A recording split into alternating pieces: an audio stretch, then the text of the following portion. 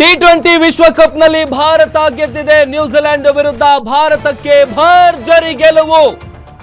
159ಕ್ಕೆ New Zealand all out ಆಗಿದೆ. ಆ ಮೂಲಕ 96 ರನ್ಗಳಿಂದ ಭಾರತ ಗೆದ್ದು ಬೀಗಿದೆ. ಟಿ20 ವಿಶ್ವಕಪ್ ಫೈನಲ್ನಲ್ಲಿ ಭಾರತ ಗೆದ್ದಿದೆ. ನ್ಯೂಜಿಲೆಂಡ್ ವಿರುದ್ಧದ ಮ್ಯಾಚ್ನಲ್ಲಿ ಭಾರತ ಗೆಲುವಿನ ಪತಾಕೆಯನ್ನು ಹಾರಿಸಿದೆ. ಎಲ್ಲರ ನಿರೀಕ್ಷೆ ಇತ್ತು, ಯಾಕಂತಂದ್ರೆ ಈ ಬಾರಿ ಈ ಫೈನಲ್ನಲ್ಲಿ ಕಪ್ ನಮ್ಮದೇ ಅನ್ನುವಂತಹ ಒಂದಷ್ಟು ಪೋಸ್ಟ್ಗಳು, ಜೊತೆಗೆ ಭಾರತ ಗೆದ್ದು ಬರಬೇಕು ಅಂತೇಳಿ ಕ್ರಿಕೆಟ್ ಅಭಿಮಾನಿಗಳೆಲ್ಲರೂ ಕೂಡ ನಿರೀಕ್ಷೆಯನ್ನು ಇಟ್ಕೊಂಡಿದ್ರು. ಆ ನಿರೀಕ್ಷೆ, ಆ ಕನಸು, ಆ ಆಸೆ ಎಲ್ಲವೂ ಕೂಡ ಈಡೇರಿದೆ.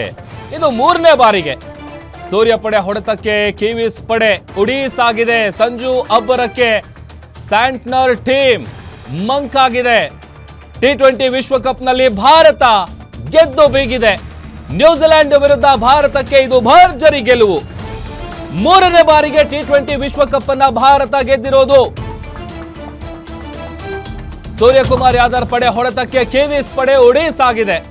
ಆಮೇಲೆ ಸಂಜು ಅವರು ಒಳ್ಳೆ ಬ್ಯಾಟಿಂಗ್ ಮಾಡಿದ್ರು. ಅವರ ಅಬ್ಬರ ಕೂಡ ಬಹಳ ಜೋರಾಗಿತ್ತು.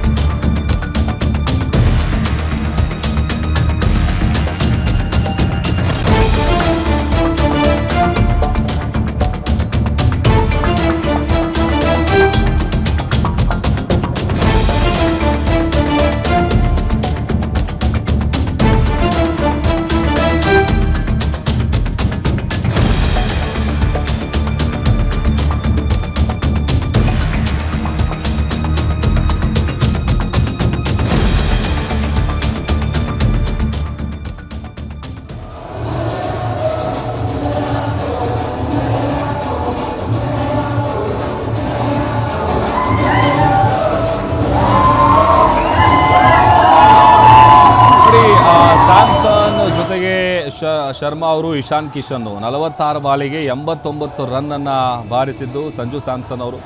ಆಮೇಲೆ ಇನ್ನು ಶರ್ಮಾ 21 ಬಾಲಿಗೆ 52 ರನ್ನು, ಇಶಾನ್ ಕಿಶನ್ ಅವರು 25 ಬಾಲಿಗೆ 54.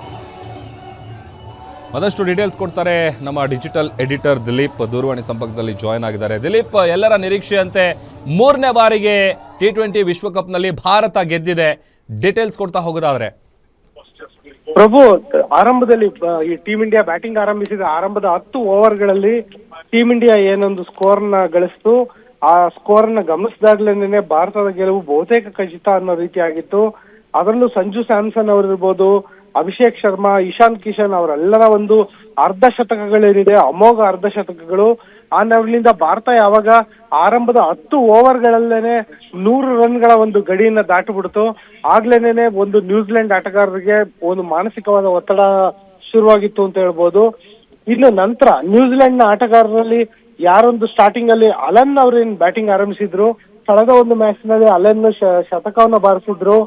ಅವರು ಈ ಬಾರಿನೂ ದೊಡ್ಡ ಪ್ರಮಾಣದಲ್ಲಿ ಆಟ ಆಡಬಹುದು ಅಂತ ಒಂದು ನಿರೀಕ್ಷೆ ಇತ್ತು. ಆದ್ರೆ ಅಲನ್ ಕೇವಲ 9 ರನ್ಗಳಿಗೆ ಅವರು ಔಟ್ ಆದಾಗ್ಲೇನೆ ಭಾರತದ ಗೆಲುವು ಇನ್ನಷ್ಟು ನಿಚ್ಚಳ ಆಗಿತ್ತು. ಆದ್ರೆ ಒಂದು ಹಂತದಲ್ಲಿ ಆರಂಭಿಕರಾದಂತಹ ಸೆಲ್ಫ್ ಹರ್ಟ್ ಅವರು ಒಂದು ರೀತಿ ದೊಡ್ಡ ಪ್ರತಿರೋಧವನ್ನ ಒಡ್ಡಿದ್ರು ಅಂತ ಹೇಳ್ಬೋದು.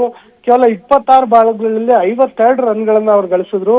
ಆದ್ರೆ ಆ ನಂತರ ಬಂದಂತ ಯಾವ ಆಟಗಾರರು ಕೂಡ 2 ಅಂಕಿ ತಲುಪುವಲ್ಲಿ ವಿಫಲರಾದ್ರು ಅಂತ ಹೇಳ್ಬೋದು.